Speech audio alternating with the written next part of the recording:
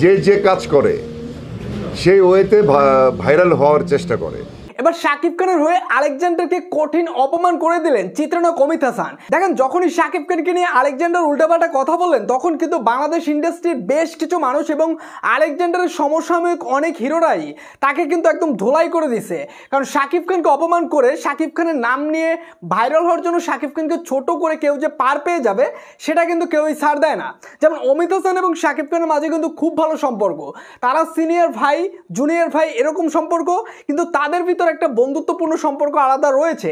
সেই জায়গা থেকে অমিত হাসান কিন্তু শাকিব খানের হয়ে আলেকজান্ডারকে কঠিন জবাব দিলেন। দেখেন, তাকে প্রশ্ন করা হয়, কারণ সাংবাদিক ভাইরাও বোঝা বলছে যে আগের যে হিরো রয়েছে বেশ কিছু তারা কাজ পায় না বিদায় ভাইরাল হওয়ার জন্য শাকিব খানকে ব্যবহার করে।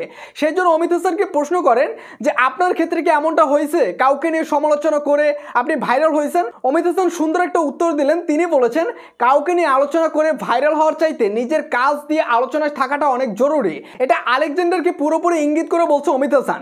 দেখেন, আলেকজান্ডার এখন সিনেমায় কাজ পায় না এবং তিনি কয়েকটা ইন্টারভিউ করে এবং সেই প্রত্যেকটা ইন্টারভিউর মাঝে শাকিব খানকে নিয়ে একটু নেগেটিভ ওয়েতে কথা বলে, যে কারণে তিনি একটু আলোচনায় আসেন। সাকিবিয়ানরা পচায়, সাকিবিয়ানরা তাকে গালি দেয়, সেই জন্য একটু আলোচনায় থাকেন। মূলত এটাই তার কাজ।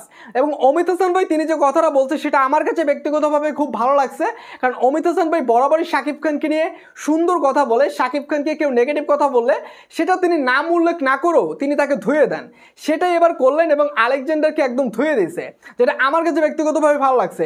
ব্যাপারটা আপনাদের কাছে কেমন লাগছে অবশ্যই কমেন্ট করে জানিয়ে দেবেন এবং চ্যানেলটিতে নতুন হয়ে থাকলে নিত্য নতুন আপডেটগুলো সবার আগে পাওয়ার জন্য চ্যানেলটি সাবস্ক্রাইব করে রাখবেন।